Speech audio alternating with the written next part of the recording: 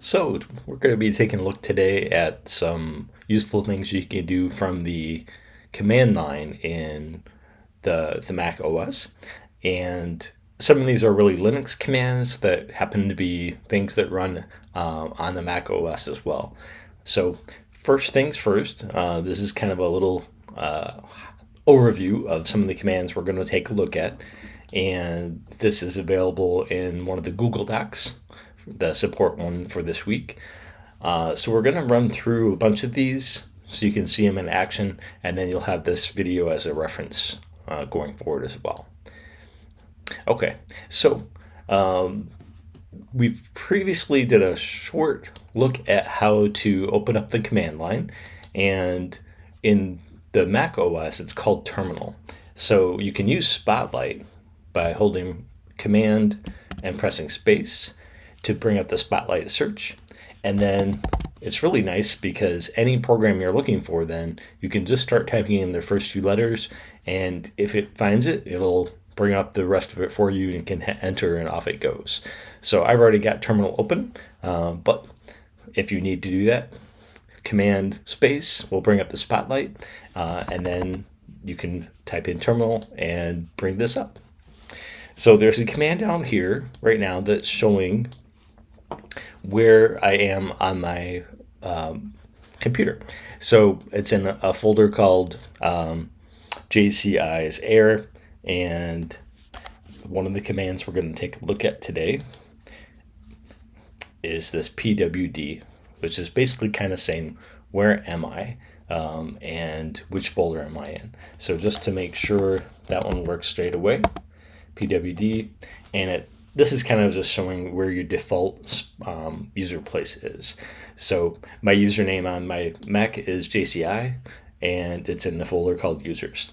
Yours is probably very similar by default, just whatever your username would be where JCI is. Okay, so a couple other things to take note, that we are kind of assuming that Python is all ready to go. I think that's already been installed in your system too. So what I can do though is I can bring up Python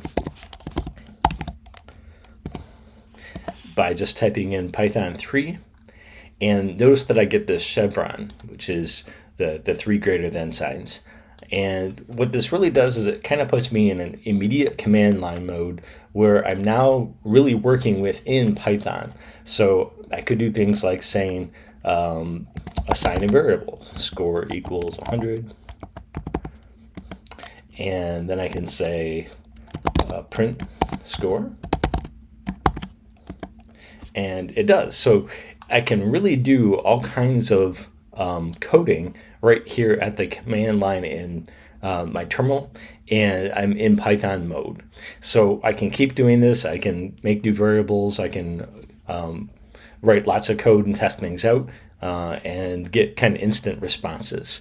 So, which is pretty useful for a lot of things. And if you ever see of people doing this and you're wondering how in the heck did they get to that point where it's got the three little greater than signs, this is it. It's using Python 3 within a command line or a terminal. Okay, and when you're done, because at some point you might say, hey, I'm finished with this, you could either just quit the terminal, or to say you're finished with Python, you can just type in quit. And it looks kind of like a function call. Sure enough, we're back where we started.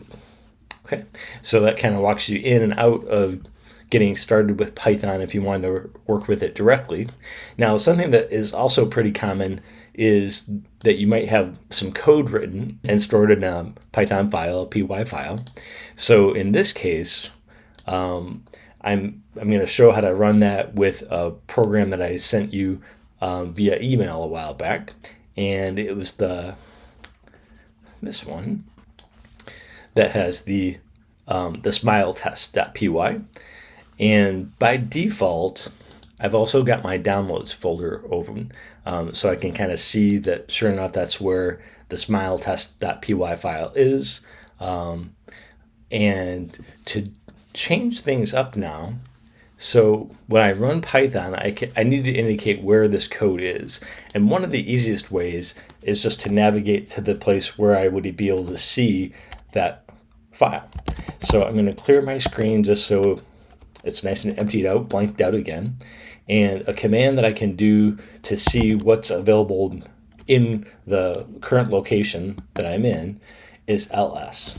And that shows that I have a whole bunch of folders, actually, applications, downloads, and so on. Now, if I want to actually move to one of those places, this is all on the command line, I can use a command called cd, which is change directory, and then I want to move to downloads, which is where my file is. And you may have noticed that autocomplete works there if there's only one unique solution. So if I had done capital DOW, downloads was the only option left. Hit enter. And now if I hit ls, I can see that I have two files, commands.png, which is this one, and smiletest.py, as well as a folder to install. So I have all those things handy, and if I now want to run that Smiletest code, all I have to do is type in this command, python3, and then some code .py. So let's try that out. So python3. Oh, and I should point out the up arrow will actually bring up previous commands you've run. So it kind of avoids typos and you don't have to type as much over again.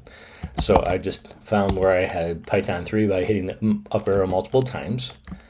And then smiletest.py. Please enter number 1 through 10. I'll go with 10.